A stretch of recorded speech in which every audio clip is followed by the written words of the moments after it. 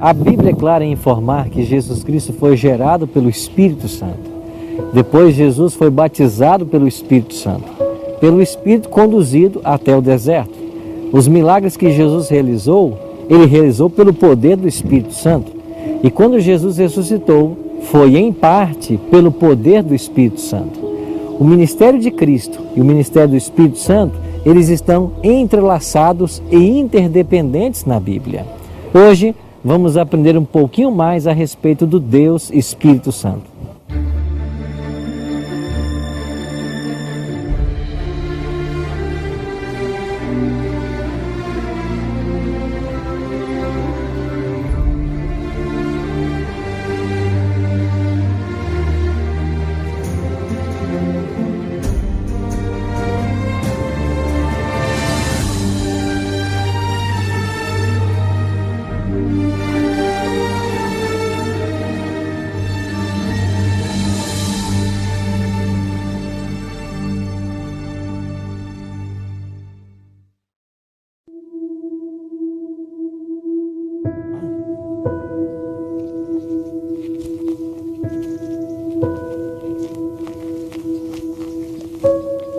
Jesus viveu cerca de 30 anos na cidade de Nazaré. Quando ele completou essa idade, ele veio aqui para o Rio Jordão para ser batizado pelo seu primo, João Batista. O Evangelho de Mateus declara que quando Jesus se batizou, ele saiu logo da água. E quando ele sai da água, o Espírito Santo desce sobre ele em forma corpórea de uma pomba.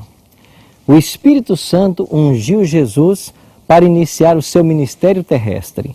A Bíblia também diz que foi esse mesmo Espírito que o conduziu ao deserto da Judeia, onde ele enfrentou as 3 tentações. Os milagres que Jesus também realizou em seu ministério também foram operados pelo Espírito Santo.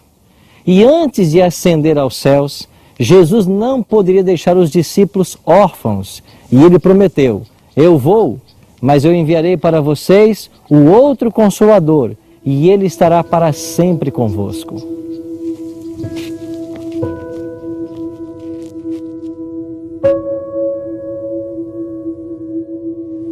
Depois de sua ressurreição, Jesus Cristo ainda passou 40 dias com os discípulos. Durante esse período, ele deu todas as orientações com relação ao ministério que eles deveriam iniciar após a sua partida. Ele também prometeu que enviaria um outro Consolador para estar com eles. E a orientação de Jesus foi clara: eles deveriam vir aqui para Jerusalém e esperar nessa cidade o cumprimento da promessa do Pai. Durante 10 dias, os discípulos estiveram reunidos no cenáculo em confissão e oração.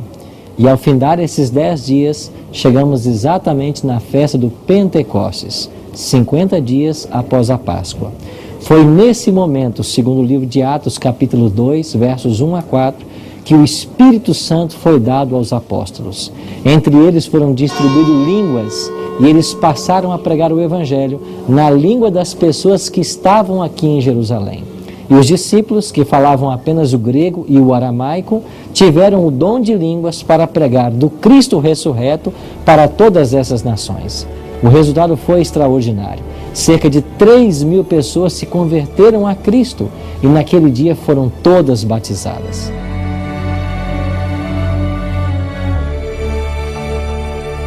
A dispensação do Espírito Santo não poderia ser concedido até que Cristo chegasse ao santuário e fosse entronizado. Pois justamente após a sua ressurreição e ascensão definitiva no final dos 40 dias, Jesus prometeu o Espírito.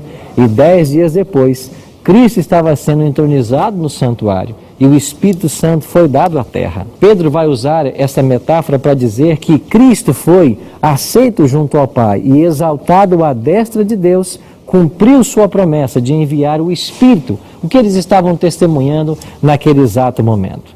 Jesus também disse que ele enviaria outro Consolador. A palavra outro, nesse contexto grego, significa outro igual a ele. Ou seja, o Espírito Santo é Deus. O Espírito Santo não é homem.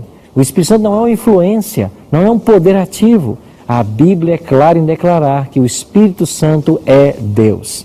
Em Atos capítulo 5, nós temos o episódio de Ananias e Safira. E Pedro claramente diz para Ananias: você mentiu ao Espírito Santo, você não mentiu a homem, você mentiu para Deus.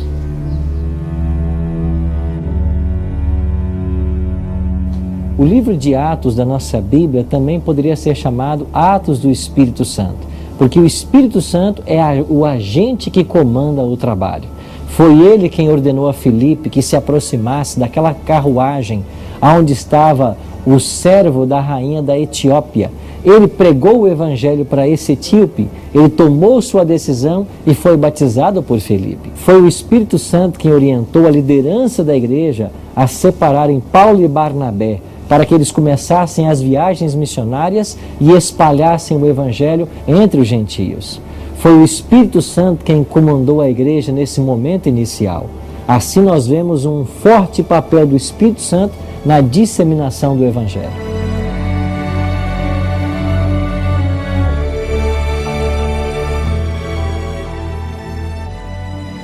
Jesus foi claro em afirmar que todo pecado que os homens cometessem, eles teriam perdão. Mas o assunto do Espírito Santo é tão especial na Bíblia que Jesus declarou que o pecado contra o Espírito Santo é o único pecado que não teria perdão. Jesus disse: toda blasfêmia que vocês cometerem contra o Filho, isso vos será perdoado. Mas aquele que blasfemar contra o Espírito Santo, esse não será perdoado. Esse é o chamado na Bíblia pecado imperdoável.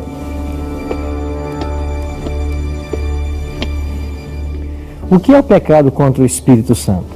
Pecado contra o Espírito Santo é você resistir tanto à sua fala, à sua influência, que chega a um ponto de que o ser humano se coloca fora da área de atuação do Espírito Santo. Eu gosto muito de ilustrar isso quando penso em alguém que trabalha com a enxada, alguém que capina. Alguém que tem as mãos limpas e que nunca capinou, ele pode chegar um dia, começar a capinar, e no primeiro dia ele terá grandes feridas nas mãos. Ele vai machucar suas mãos, elas vão sangrar. Mas se ele insistir no trabalho e trabalhar com a enxada um segundo, um terceiro, um quarto dia, chegará um momento que as mãos estarão calejadas e ele não mais sentirá dor. Da mesma forma acontece o pecado contra o Espírito Santo. O Espírito nos fala, e se nós resistirmos à sua voz, a voz vai ficando cada vez mais baixa, até chegarmos a um ponto de não compreendermos a sua voz.